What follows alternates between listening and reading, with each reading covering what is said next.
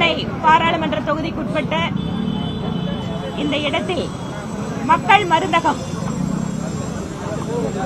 தரமான மருந்துகளை குறைவான விலையில் மக்களுக்கு கொடுக்க வேண்டும் என்பதற்காக பிரதமர் நரேந்திர மோடி அவர்களால் தொடங்கப்பட்ட ஜன் ஔஷதி என்கின்ற திட்டத்திலே இந்த மலிவு விலை மக்கள் மருந்தகம் இந்த பகுதியில் இன்று தொடங்கப்பட்டிருக்கிறது.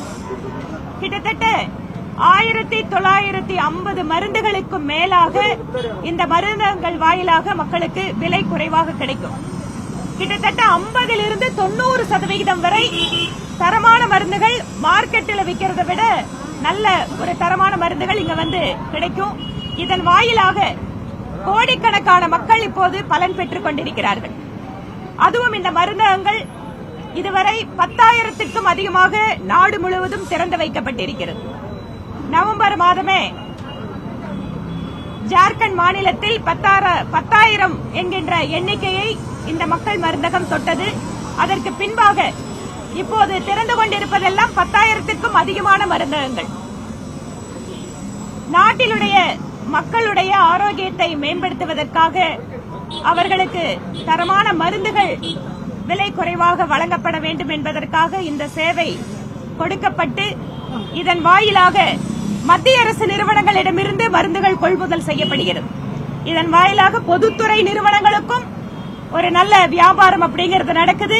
மக்களுக்கும் விலை குறைவாக நல்ல மருந்துகள் கிடைக்கிறது. இன்று இந்தியா என்பது அதிகமாக சர்க்கரை நோயாளிகள் இருக்கக்கூடிய ஒரு நாடாக இருக்கிறது.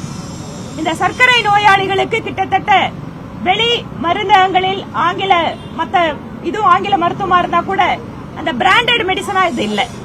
அப்படி இருக்கின்ற பொழுது மிக மிக விலை குறைச்சலாக சர்க்கரை நோயாளிகளுக்கு இந்த மக்கள் மருந்தகங்கள் வாயிலாக மருந்துகள் வழங்கப்படுகிறது. இந்த மருந்தகங்களை திறப்பதற்கு கூட மலை பகுதிகளில் பின்தங்கிய பகுதிகளில் எல்லாம் பட்டியலினத்தை சார்ந்த மக்களுக்கு, பெண்களுக்கு, இவர்களுக்கு முன்னுரிமை வழங்கப்படுகிறது. அவர்களுக்கு இது ஒரு பிசினஸா வரணுங்கிறதுக்காக சமுதாயத்தில் அந்த மாதிரி பிரிவு மக்களுக்காக இந்த மருந்தகத்தினுடைய லைசன்ஸ் வழங்கப்படுவதன் வாயிலாக புதிய தொழில் வாய்ப்புகளும் இளைஞர்களுக்கும் பெண்களுக்கும் கிடைத்துக் கொண்டிருக்கிறது. அந்த வகையில் இந்த பகுதி மக்களுக்கு இந்த மக்கள் மருந்தகத்தின் வாயிலாக மிகப்பெரிய நன்மை கிடைக்கும். இந்த மருந்தகத்தை நடத்தக்கூடியவர்களுக்கும் இன்று எங்களுடைய வாழ்த்துக்களை தெரிவித்திருக்கிறோம்.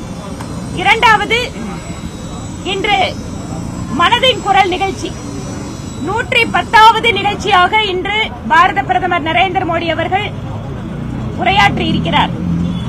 இந்த மனதின் குரல் நிகழ்ச்சியின் வாயிலாக நாட்டில் பல்வேறு இடங்களில் நடைபெற்றுக் கொண்டிருக்கக்கூடிய ஒரு நல்ல காரியங்கள், சமூக சேவைகள் அல்லது புதிய தொழில்நுட்பங்கள், இன்னைக்கு ரொம்ப அழகா சொன்னார்.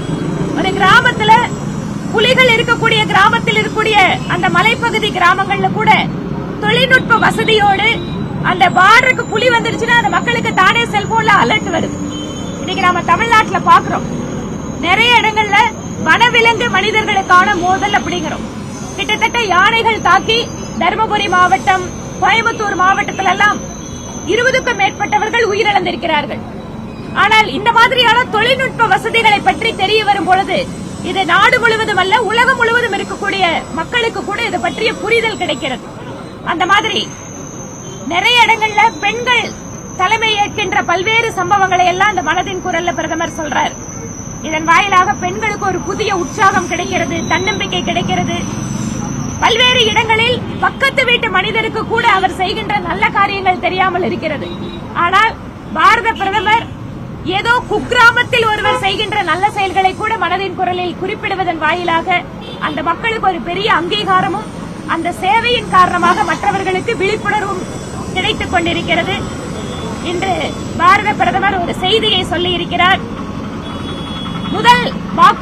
முதல் முறையாக வாக்களிக்கக்கூடிய வாக்காளர்கள் இந்த முறை நடக்கின்ற மக்களவை தேர்தலிலே வரலாற்றிலே இல்லாத அளவுக்கு அதிகமாக தங்கள் வாக்குகளை பதிவு செய்ய வேண்டும் என கேட்டிருக்கிறார். இந்தியா என்பது மிகப்பெரிய ஜனநாயக நாடு. அதுவும் குறிப்பாக உலகத்திலேயே அதிகமாக இளைஞர்களை கொண்டிருக்கக்கூடிய நாடு.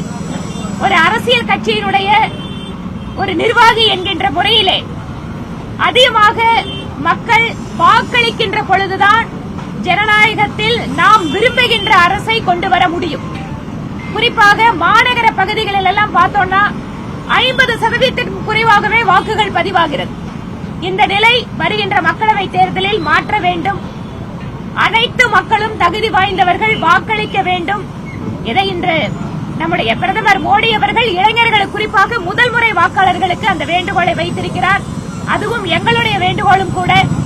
தமிழகத்தில் இருக்கக்கூடிய இளைஞர்கள் அதிகமாக முதல் வாக்காளர்கள் வாக்கினை பதிவு செய்தார்கள் என்கின்ற வரலாற்றை பதிவு செய்ய இந்த நேரத்தில் நாங்கள் வேண்டுகோளும் வைக்கிறோம்.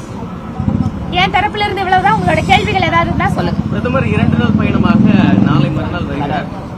ஒரு பக்கம் நம்ம ஆளும் கட்சியாக இருக்கக்கூடிய திமுக கூட்டணி ஒப்பந்தம் கையெழுத்துல போட ஆரம்பிச்சிட்டாங்க. நம்ம அந்த பிரதமர் வரும்பொழுது அந்த மேடையில கூட்டணி கட்சி தலைவர்கள் இருப்பாங்களா?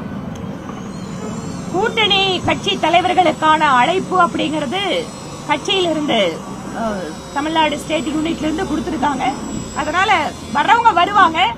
இதுல இன்னும் கூட தேர்தல் நெருங்க இன்னும் கூட அதிகமான கூட்டணி கட்சிகள் எங்களோடு வரும் என்ற நம்பிக்கை இருக்கிறது. இந்த 2 நாள் அரசு அவருடைய பயணம் மார்ச் 4ஆம் தேதி மறுபடியும் வராரு பிரதமர் நரேந்திர மோடி சென்னைக்கு வராரு. அடுத்தடுத்து அந்த பயணம் உங்களுக்கு பாஜகவுக்கு எந்த அளவுக்கு கை கொடுக்கும்? ஒரு பெரிய ஒரு உற்சாகம். ஏனென்றால் பிரதமர் வருகின்ற பொழுது ஒவ்வொரு பகுதியை சேர்ந்தவர்கள், அது குறிப்பாக 27ஆம் தேதி நடக்கின்றது அப்படிங்கிறது என் மண் என் மக்கள் யாத்திரையினுடைய நிறைவு நிகழ்ச்சி. தமிழகம் முழுக்க இருக்கக்கூடியவங்க கட்சிக்காரங்க அங்க வர போறாங்க. அது இல்லாம திரும்பியும் அவர் அடுத்த நாள் திருநெல்வேலியில பொதுக்கூட்டம். தென் பகுதியில் இருக்கக்கூடிய கட்சிக்கு அது ஒரு பெரிய ஒரு உத்வேகம். திரும்பவும் பாத்தீங்கன்னா அடுத்தது 4-5ல சென்னை. இப்படி வருகின்ற பொழுது அந்தந்த பகுதியில் இருக்கக்கூடிய கட்சிக்கு ஒரு பெரிய ஒரு எழுச்சி கிடைக்கிறது. கட்சியினர் பொதுமக்களையும் சமுதாயத்துடைய பல்வேறு தரப்பையும் சந்திப்பதற்கு ஒரு வாய்ப்பு ஏற்படுகிறது. இதன் வாயிலாக மக்களவை தேர்தலுக்கு எங்களுடைய வேகம் என்பது பல மடங்கு கூடுகிறது. தமிழக முதலமைச்சர் மு க ஸ்டாலின் இன்று தூத்துக்குடி பயணம் மேற்கொண்டிருக்கிறார்.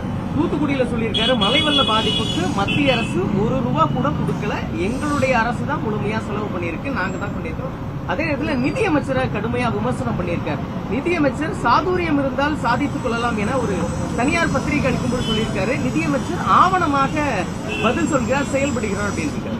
நேரடியாக அந்த மழை வெள்ள பாதிப்பு நிதியமைச்சர் மீதான விமர்சனத்தை நேரடியாக பார்க்கணும். இதை ரெண்டு தான் பார்க்கணும். அதாவது நிதியமைச்சருக்கு நீங்க தமிழ்நாடு கவர்மெண்ட் மழை வெள்ள பாதிப்பு கொடுத்து நிதியமைச்சருக்கு நேரம் இல்ல, அதுக்குன்னு தனியான ஒரு சிஸ்டம் இருக்கு. அதுல அவங்க கொடுத்து அதை அசஸ் பண்ணதுக்கு அப்புறம் சென்ட்ரல் கவர்மெண்ட் அதுக்கு நிதி கொடுக்கும். அதுக்கான டைம் பீரியட் அப்படிங்கிறது இருக்கு. ஏனென்றால் பல்வேறு நிலைகளில அதிகாரிகள் குழு இங்க ஆய்வு பண்ணிருக்காங்க. இவங்களும் இங்க இருந்த டாக்குமெண்ட் கொடுத்திருக்காங்க. என்ன பாதிப்புக்கு என்ன தமிழகத்திற்கு நிதி கிடைக்குமோ அதை யாராலையும் நிறுத்த முடியாது. அது கட்டாயம் கிடைக்கும். நாங்க ஒரு பைசா கூட கொடுக்கலன்னா பேரிடர் நிவாரண நிதியிலிருந்து கிடைக்கக்கூடிய அந்த அமௌண்ட உடனடியா மழை வெள்ளத்துக்கு பின்பாக மத்திய அரசு கொடுத்தது. அப்ப அது பைசா கணக்குல சேராதா? மூன்றாவது, சாதுரியம் இருந்தால் சாதித்துக் கொள்ளலாம் அப்படின்னு அவங்க சொன்னது எதுக்காக? சம்பந்தமே இல்லாம திமுக தங்களோட வழக்கமான பாணியில இந்த மொட்டைத்தலைக்கும் முழங்காலுக்கும் முடிச்சு போடுற வேலையை திரும்பியும் பண்றாங்க. அவங்க சொன்னது எதுக்காக? மக்கள் தொகை கணக்கெடுப்பின் அடிப்படையில் நாளை தொகுதிகள் வரையறை செய்கின்ற பொழுது இந்த மாநிலத்திற்கு பாதிப்பு வரலாம் இல்லையா என்று கேட்கின்ற பொழுது அவங்க சொன்ன பதில் மனிதவள குறியீடு, மற்ற துறைகளில் இங்கு நடந்திருக்கக்கூடிய முன்னேற்றம், இதை பற்றியெல்லாம் நிதி கமிஷன் முன்பாக எடுத்து கூறி அதற்கு அவர்கள் பரிகாரம் தேடிக்கொள்ளலாம் அப்படிங்கறதுக்காக பயன்படுத்தின வார்த்தை இது. அதை எடுத்துட்டு நீங்க மழை வெள்ளத்தோட வெள்ள நிவாரணத்தோட எப்படி முடிச்சு போடுறீங்க? மழை வெள்ளத்திற்கு தமிழகத்திற்கு கிடைக்கக்கூடிய நிதி என்பது அந்த அதிகாரிகள் குழு ஆய்விற்கு பின்பாக நிச்சயமாக நமக்கு கிடைக்கும். தேவைப்படக்கூடிய நிதியை ஆரம்ப கட்டத்திலேயே மத்திய அரசு இங்கு வழங்கி இருக்கிறது. பாமகவும் தேமுதிகவும் அதிமுக கூட்டணிக்கு போனா அது பாஜகவுக்கு பின்னாடி வரும். எந்த கட்சி எங்க போறாங்கன்னு கடைசியான முடிவு வந்ததுக்கு அப்புறம் அதை பத்தி நாங்க பதில் சொல்றோம். காங்கிரஸ் சட்டமன்ற உறுப்பினர் விஜயதரணி நேற்று நம்ம கட்சியில் இணைஞ்சிருக்காங்க. வரவேற்கிறோம். காங்கிரஸ் கட்சியிலிருந்து இந்த மாதிரி இன்னும் பல்வேறு தலைவர்கள் எங்க கட்சியில இணைஞ்சிட்டு இருக்காங்க நாடு முழுக்க. அதிலும் சகோதரி விஜயதரணி அவர்கள் நல்ல ஒரு கடுமையான உழைப்பாளி. அவர் சட்டப்பேரவையில் பல்வேறு முறை வாதங்களை எடுத்து வைப்பதையெல்லாம் நான் கூட இருந்து பார்த்திருக்கேன். அதனால் அந்த சகோதரி பல காலமாக காங்கிரஸ் கட்சியிலே தனக்கு சரியான அங்கீகாரம் கிடைக்கவில்லை என்று பேசிக் கொண்டிருந்தார். இப்போது அவர் நிறைவாக ஒரு நல்ல தேசிய கட்சிக்கு, தேசிய சிந்தனை உள்ளவர், தேசிய கட்சிக்கு வந்திருக்கார். இனி அவருடைய வருங்காலம் என்பது சிறப்பாக இருக்கும். நிறைவு விழால முக்கிய தலைவர்கள் இருக்கும் அழைப்புகள் விடுக்கப்பட்டிருக்கிறதா? யார் யார் கலந்து வருவதற்கான வாய்ப்புகள் இருக்கு? மோடி வரக்கூடிய யாத்திரை நாளைக்கு அதை தமிழ்நாடு யூனிட் சொல்லுவாங்க.